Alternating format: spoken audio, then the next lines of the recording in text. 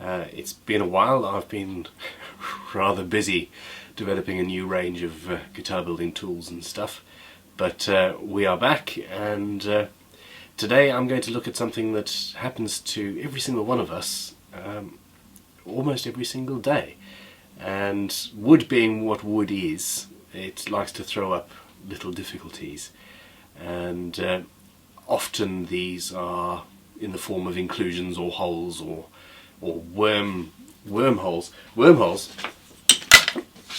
Beautiful, wonderful, lovely piece of flamed Claro walnut that I'm building this guitar out of. I had to cut a 6mm thick. It's thin, I don't know. Piece off the back with which to make the back plates, and I hadn't realised that there was a worm tract, and the hole in the edge was tiny. I'll do a close-up in a minute, and we didn't see it. I didn't know it was there. And inside was that huge gaping monstrous hole. Now it's interesting, it goes off to the side as well. Anyhow, let us fill some holes, and I'm going to show you my favourite method. Just for interest's sake, here is that small entrance hole we didn't even notice, and inside, I say worm, quite honestly I think that was probably a beetle of some sort, but if that had been on the other side of the guitar and I'd carved into it, it quite possibly would have ruined this, well, rather lovely Claro walnut instrument we're building, and I wouldn't want to ruin this. Something more expected are holes and gaps and inclusions left from knots in the wood, and these are going to need to be filled. Now, as you can see, I've been sanding this guitar down, and I've sanded it to 150 grit or 180 grit, I can't remember which now, and this is the stage where you start to think, okay, here is some problems, I'm going to fix them. I'd emptied this before I started sanding, so all this dust is lovely, wonderful walnut, and this is the best thing with which to start your filler. Now, you can mix this with super glue if you want, but that would invariably give you a much darker hue than the wood itself, although it would be faster, of course. The other option is good old Carpenter's white glue. This is Titebond 2 premium wood glue. I've had this for many years now, actually.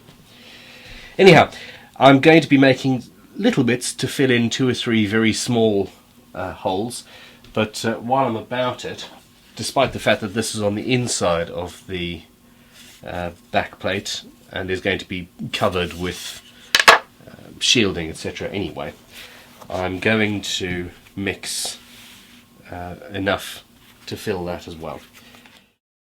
Wood glue, and then dust. Mix it up.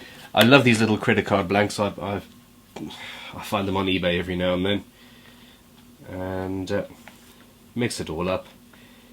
It takes a little bit of work. The dust just rather enjoys flying away and getting in your lungs. I've had man flu for the last, well, it seems like I've been ill since January. It's now March, so this dust is actually sticking in my craw today. Anyhow, mix that to a paste. It's a pretty fine paste, and you have to experiment a little bit.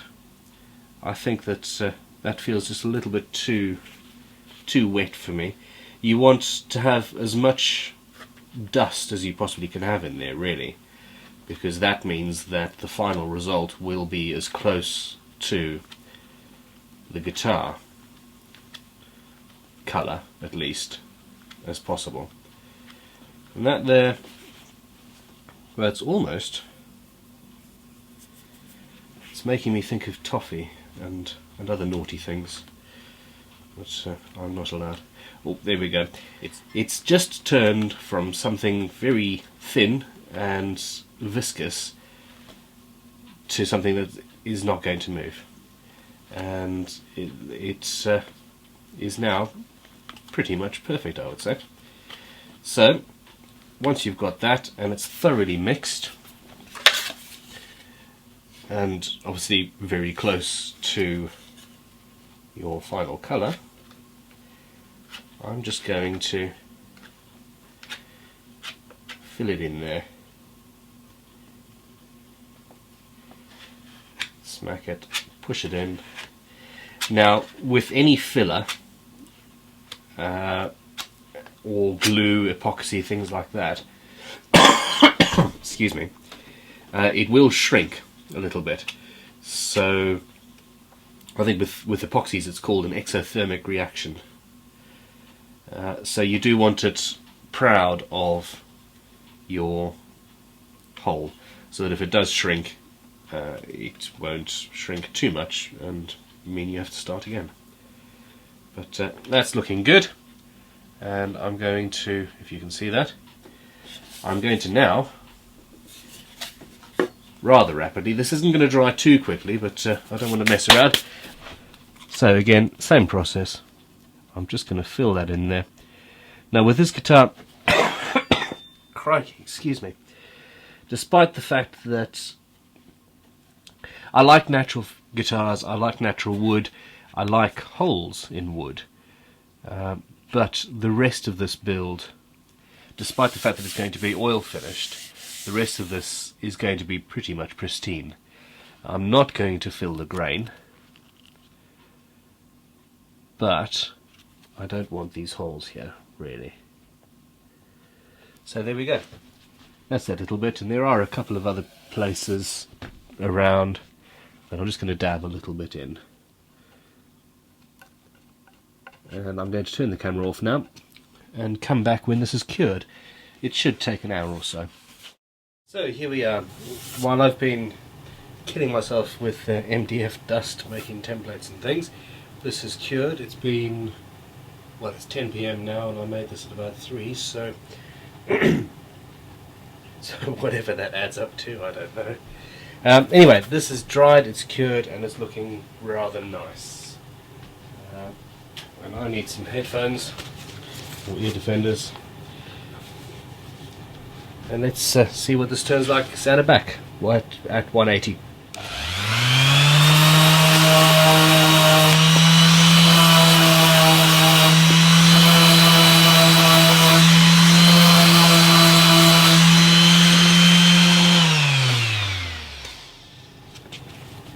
As I sand it back, you can actually see there's still a layer on there, but it's the right colour now.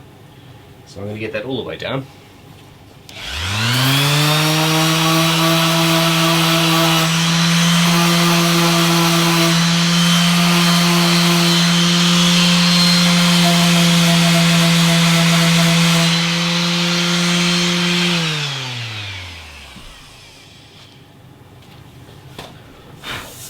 All right.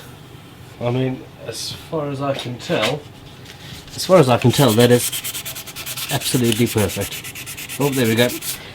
Doing it that way, I can see there's a couple of small spots there that are filler on the top. I'm just going to get rid of those by hand.